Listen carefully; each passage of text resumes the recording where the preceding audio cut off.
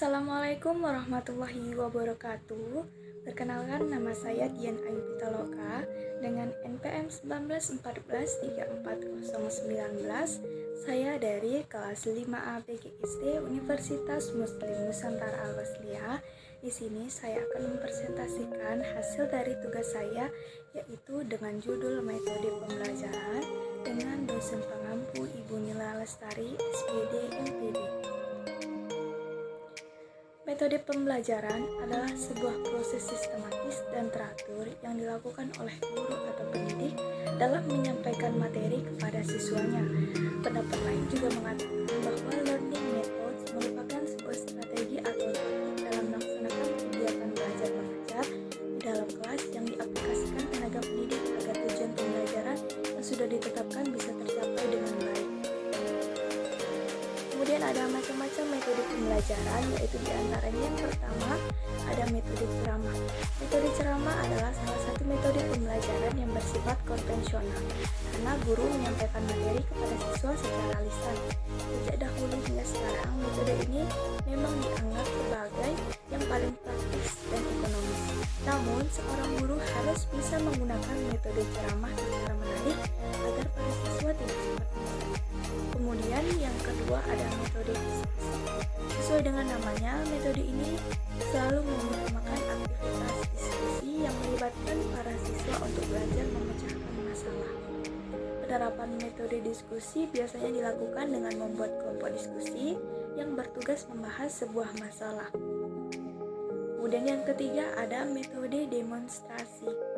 Metode demonstrasi merupakan metode pembelajaran yang dilakukan dengan cara praktikum agar siswa bisa melihat dan mempraktikkan secara langsung materi yang sedang dipelajari. Metode demonstrasi memang lebih menarik serta membuat siswa lebih fokus dalam materi pembelajaran. Yang keempat, ada metode ceramah plus. Metode ini sebetulnya mirip dengan metode ceramah pada umumnya, tetapi metode ceramah plus biasanya disertai metode lainnya saat menyampaikan materi saat diskusi, tanya jawab, demonstrasi, dan latihan, atau feedback antara pengajar dan murid. Kemudian yang kelima, ada metode resitasi. Metode resitasi biasanya mengharuskan siswa membuat sebuah resum tentang materi yang telah disampaikan oleh guru, di mana resum tersebut ditulis pada kertas menggunakan kata-kata dari siswa sendiri. Kemudian yang keenam, ada metode eksperimen. Metode eksperimen dilakukan melalui kegiatan percobaan atau praktikum di laboratorium agar siswa bisa melihat secara langsung materi pembelajaran yang sedang disampaikan. Biasanya dapat berupa ilmu pengetahuan alam atau sains dan sebagainya. Kemudian yang ketujuh ada metode karya wisata. Metode satu ini menggunakan tempat atau lingkungan tertentu yang mempunyai sumber belajar untuk siswa. Namun, penerapan metode ini perlu memperoleh pengawasan secara langsung dari guru, misalnya museum atau alam. Kemudian yang kedelapan ada metode latihan. Metode ini merupakan metode pembelajaran yang dilakukan dengan melatih keterampilan kepada siswa yang merangsang. Dengan merangsang, memanfaatkan atau membuat sesuatu, biasanya setelah penjelasan murid akan diuji oleh beberapa pertanyaan. Kemudian yang kesembilan ada metode perancangan. Pada metode ini, siswa akan dirangsang agar mampu membuat sebuah proyek yang nantinya akan diteliti. Dapat berubah perancangan skema, data, grafik, dan lain-lain. Metode ini banyak digunakan juga pada program khususnya kejurusan. Kemudian yang ke-10 ada metode debat. Metode ini mengajak siswa untuk saling beradu argumentasi secara perorangan atau kelompok, tetapi debat tersebut dilakukan secara formal dan memiliki aturan tertentu dan membahas dan mencari penyelesaian masalah. Yang terakhir ada metode mind map. Metode pembelajaran ini menerapkan cara berpikir secara runtut dan pada sebuah permasalahan, bagaimana terjadinya serta penyelesaiannya. Melalui metode ini, siswa bisa meningkatkan daya analisis serta berpikir kritis agar memahami masalah sejak awal sampai akhir. Kemudian selanjutnya yaitu ada fungsi metode dalam pembelajaran, antara lain yang pertama, alat motivasi intrinsik.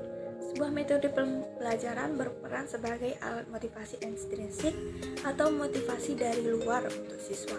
Dengan demikian, siswa bisa mengikuti kegiatan belajar mengajar dengan baik, di mana motivasi tersebut akan mendorong siswa agar semakin bersemangat mengikuti kegiatan belajar mengajar.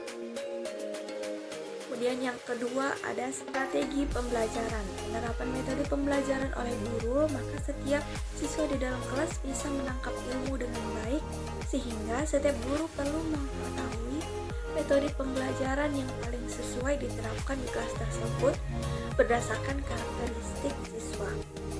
Kemudian yang ketiga ada alat mencapai tujuan. Metode pembelajaran merupakan sebuah alat siswa bisa mencapai tujuan pembelajaran. Sebab penyampaian materi tidak memperhatikan metode dalam pembelajaran, maka dapat mengurangi nilai kegiatan belajar mengajar. Selain itu, guru juga menjadi kesulitan saat menyampaikan materi dan siswa kurang termotivasi saat belajar. Kemudian ada tujuan metode pembelajaran. Tujuan utama dari metode pembelajaran yaitu membantu mengembangkan kemampuan secara individu para siswa agar mereka mampu menyelesaikan masalahnya. Lebih jelasnya, berikut beberapa tujuan metode dalam pembelajaran, yaitu dapat membantu siswa mengembangkan kemampuan individual para siswa supaya mereka bisa mengatasi permasalahannya menggunakan terobosan solusi alternatif. Kemudian membantu kegiatan belajar mengajar agar pelaksanaannya bisa dilakukan menggunakan cara yang terbaik, memudahkan dalam menemukan, menguji serta menyusun data yang diperlukan sebagai upaya mengembangkan disiplin sebuah ilmu. Kemudian ada menghantarkan suatu pembelajaran ke arah ideal secara cepat, tepat, dan sesuai harapan.